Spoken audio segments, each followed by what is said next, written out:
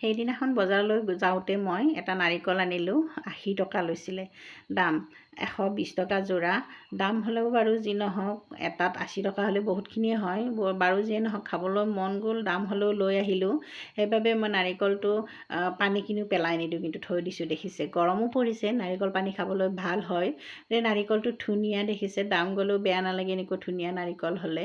নাৰিকল দিয়ে যি পিঠা খাওঁ বুলি নাৰিকলটো ধুনীয়াকৈ ফালি ল'লোঁ। এইফালে ভাত খোৱা চাউলৰ গুড়ি কৰি থৈছিলোঁ, তাৰে মই এখন ডলাত যিখিনি পিঠা বনাম সেইখিনি লৈ লৈছোঁ। লৈ ইয়াত মই নিমখ আৰু ছ'ডা, বেকিং ছ'ডা অকণমান দি দিছোঁ। দি অকণমান পানী দি কিনে লাহে লাহে মই সানিম এইখিনি। মই আগতেই কৈছোঁ আপোনালোকক, মই যিহেতু ঘৰতে থাকোঁ, ঘৰতে বনোৱা যিকোনো বস্তুৰে বনোৱা ভিডিঅ'সমূহ আপোনালোকলৈ আগবঢ়াওঁ, কাৰণ সুবিধা হয়। যিহেতু ঘৰত বনাওঁৱেই, মই সেইটো কৰিবলৈ ভালো পাওঁ।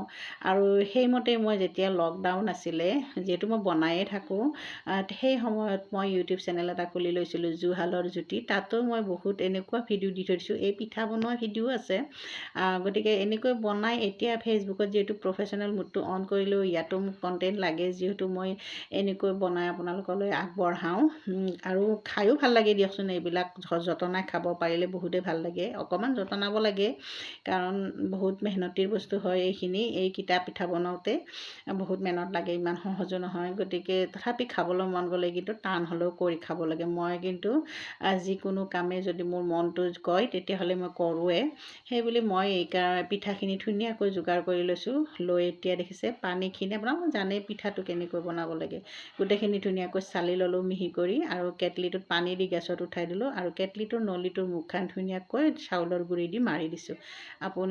আপোনালোকে এইখিনি কাগজ এখন দি কিনেও মাৰি দিব পাৰে। গতিকে নাৰিকলখিনিও মই মিক্সিতে মাৰি লৈছিলোঁ।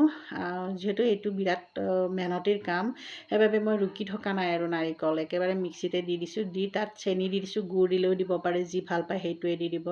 বহুত সোৱাদ লাগে দুটা বস্তু দিলে। আগতে আমাৰ ঘৰত এই পিঠাবিধ বনাইছিলে পথাৰত যোৱা মানুহখিনিক কাৰণে। ডাঙৰ কেটলিত, ডাঙৰ ঢাকনিত পিঠাকেইটা বহুত ডাঙৰকৈ বনাই দিছিলে। সেই পিঠাই 2-3টা খাই পথাৰত কাম কৰি থাকে। কিন্তু আজিকালি মানুহে নোৱাৰে বেছিকৈ খাব, সেইবাবে এনেকৈ সৰুকৈ বনাই খাই ভাল লাগে। এটা খাব পাৰি আৰু। নাৰিকল চেনিখিনি ভিতৰত সোমাই দি এনেকৈ মই পিঠাটো বনাই ল'লোঁ। দেখিছে কিমান ধুনীয়া হৈছে। গোটেইখিনি পিঠাই বনাই লৈছোঁ, আৰু আজি এয়াৰে নাৰিকলৰ গাখীৰখিনিও মই থৈ দিছোঁ, তাৰে চাহ বনাই খাম। আগতে খাইছিলোঁ, মনত পৰিছে, সেইবাবে খাবলৈ মন গ'ল আজি সেইবাবে মই যতনাই লৈছোঁ। গতিকে খাবলৈ মন যোৱা বস্তুখিনি আপোনালোকে যতনাই হ'লেও খাব, বহুত ভাল লাগে। কষ্ট বুলি এৰি নিদিব আৰু।